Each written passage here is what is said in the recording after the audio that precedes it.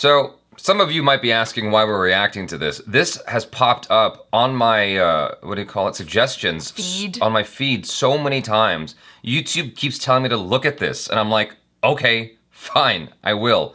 This is from Ramya, Ramapriya. Mumbai locals and dating apps, stand-up comedy, Ramapriya. Wow, that's a mouthful for me. I got a funny feeling. I got a funny feeling. Yeah. Ramya, Ramapriya. A lot of alliteration. This has English subtitles baked in from what I can tell. Let's look at it. Let's discover this together if you haven't watched it yet. And if you do enjoy it, please make sure to go to her original YouTube video upload and upvote that and consider giving her a subscribe. So I ended up downloading a date. Hold on, what the hell did that say in the beginning? Okay, she's just basically covering her butt going, it's just a joke. She literally could have just said that. Yeah. Okay. I thought you were just gonna come out with it like the female perspective, you know, what she's talking about. Yeah. Well, the thing about the pill is so real. And I imagine that it must be so much worse in India because of that judgment. But it's like, hello, can we just flip this around the other way and just be like, yay, congrats to you for doing the responsible thing. I mean, like, maybe you shouldn't have had unprotected sex, but it could have been that they used a condom and the condom broke. That happens. It's not a 100% guaranteed situation. So you're being responsible and you're like, okay, I have to go get the morning after pill now. And usually... Well, they call it the eye pill, but yeah. Yeah, the eye pill, the morning after pill, right? So you have to go and it's usually the woman that goes and gets it. It's never the guy. And so it's like, oh, you've just done this thing that takes two to tango, but like, I'm gonna go and do that thing by myself. It was smart, the whole like getting your friend to go in there for you. And I liked her bit about, you know, dressing up like the married woman with the beggar child, going in there and just being like, I don't want another one of these, so give me the eye pill, please. I do relate to the part where she's talking about her male friends who were embarrassed about buying a condom the first time or buying condoms. That is embarrassing. I mean, when you're younger and you just think that everyone's judging you. When you get older, you're like, I don't give a shit what you think. There.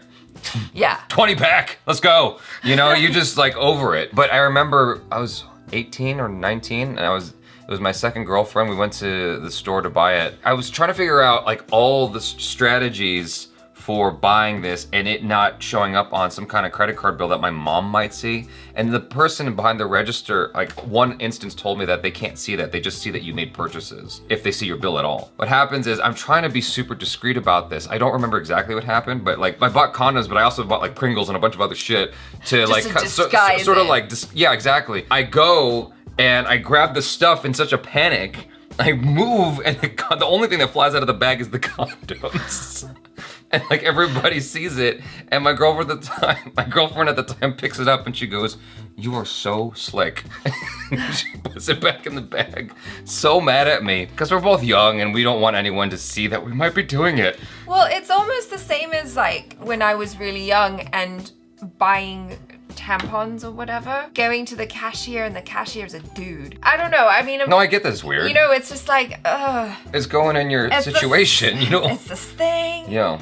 You know, I bleed once a month. Is it just as awkward to buy underwear and it's a guy at the cash register? Well, usually in an underwear store, you're not really served by men, so. Oh, I guess you buy underwear. Yeah. I guess you buy underwear from Victoria's Secret. I buy underwear at a department store, like normal people. Or even if at a department store it's a dude, it's kind of less. Unless you're buying like something particularly sexy, and then it's like, the lacy red thong. Is that what you're wearing? You know? Mm-hmm. The part where she was going through the profiles and whatnot, the pictures that the guys had, I was like, those are all good ideas. No wonder that this has been difficult. Yeah. Because I need to have the guitar or a puppy. The puppy is or a winner. A tampon. I like the idea of my photo showing me with a box of tampons. Like, I got extra in case you need it. You know, no problem. I got you covered, boo. I'm not afraid of the red wedding.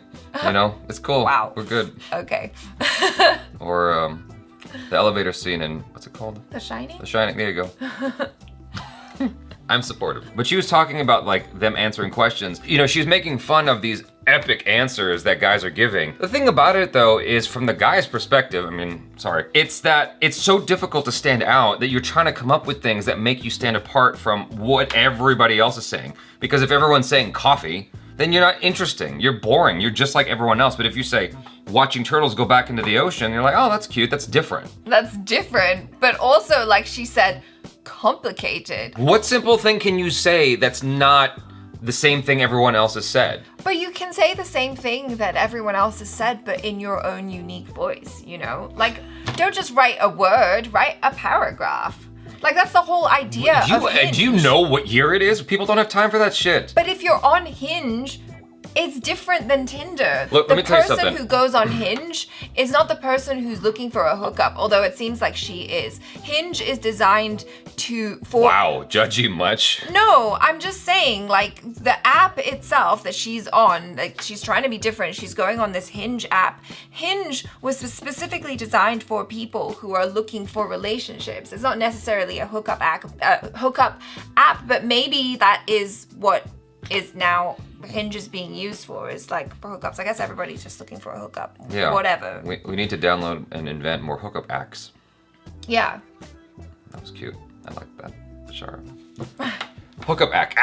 A hookup app. Hookup app. Okay, so I'm on OkCupid. I look at women's profiles on there, and either they say can't see likes, or they give a huge litany of information. I'm like, that's just too much. Like, who do you think I am? I'm gonna swipe right. There's like a 90% likelihood you're not gonna swipe back. Why the fuck am I gonna read all that? I'm just not gonna spend that kind of time. And then I spend the time crafting a message, which most likely you won't read because there's 80 million other horny guys like slamming your DMs also. It's just like the numbers are stacked against you as a dude on one of those apps. And so you have to come up with stuff that makes you really stand out. If every guy's already applying themselves with the guitar, with the tampon, with whatever, with the puppy, it's like, what else can you do? I like seeing turtles go back in the ocean! I'm so unique! Date me! You know what I'm saying? Like, it's really difficult. So you're always looking for some kind of trick to get someone to notice you. I guess, but like, that's a lot. That's a lot extra. I'm genuinely. I am open to suggestions. I won't put the turtle thing. Tell me what to put instead. It's hard. It's really hard. It's like if you put too little or I don't know, like the simple pleasures. The release of an excellent fart. That's simple and it's funny. You know, that sounds funny when you're saying it to somebody, but when you read it, you're imagining the worst thing possible. You imagine like someone's hairy asshole and like farting. It's just like, it sounds gross. But you get it, like that's different. Yes, but that's not a good suggestion. Okay. It's only good in terms of a date, but that can't even be the first date. Because if you say that on the first date, then you're gross. If you say it on the 10th date, well, by the 10th date, you're probably like in a relationship then. But like, I'm just saying like, once you already have established common ground and rapport, then you can say stuff like that. You can't say that on the first date. Okay, how about this? Giving and receiving foot rubs. Boom, that's a simple pleasure. It's nice, you're saying, hey, I'll give you a foot rub. You may rub my feet too. All right. I don't know. I don't really go on these apps. Yeah, all your suggestions are kind of weird. I'd love to see you try to be a dude on a dating app, because I don't think you'd do very well. You'd see how hard it is. It's brutal. I get where she's coming from. I understand the hyperbole that she's driving at, because like the guy says, I like to go skydiving. I think he's joking. Like she said in India, like I never even heard of skydiving in India. I didn't know that was a thing that you can do. I suppose that's totally ignorant on my part to like, you know what it is? I didn't even think about it.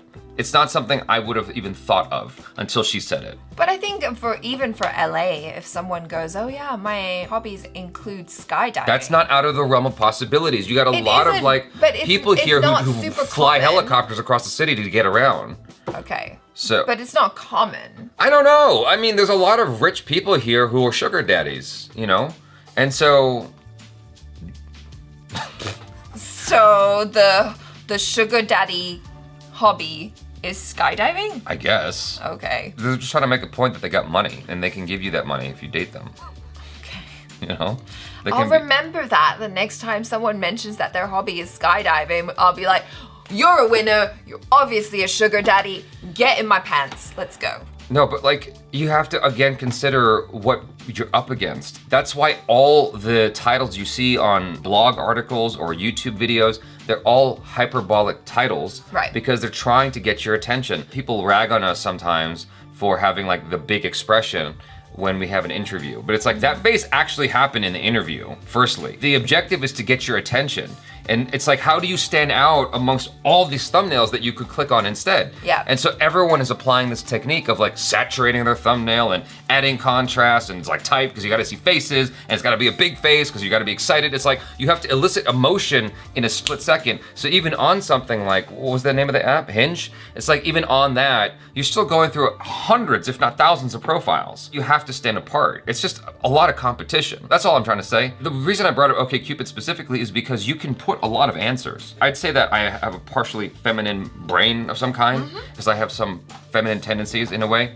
It's weird to say that out loud. But anyway, what I'm trying to say is I wouldn't mind reading a profile, but goddamn, like sometimes women put books on there. I'm like, who do you think you're pitching to? Like, I have a hard time with this. What makes you think some normal dude is gonna read all of that information just to be rejected? It's like, no. And the spell check thing, because she's talking about how the guy messed up the word conversation. That's a pet peeve of mine. That would really bug me and get on my nerves. The thing about it is people screw up all the time these days and it's just accepted. I've read articles from reputable places with many typos in it. Obviously, that's a little bit different than a Hinge profile. And grammatical errors. Grammatical errors, that's what I'm talking about. It's just like all kinds of weird, what the hell? Like, how did you... But the thing... Who proofread this? In people's defense, though, a lot of people are writing from their phones these days. I firmly believe autocorrect is against you. Because there are instances where I've typed things, I'm like, I know I typed that correctly. I know I typed it correctly, and it's coming out weird and making me sound like an idiot, but that's not what I wrote. Anyway, maybe I'm losing my mind. I like her presence. We haven't even talked about her like personality and her presence. Being a female comedian is inherently more difficult than being a male comedian just because there's fewer of you,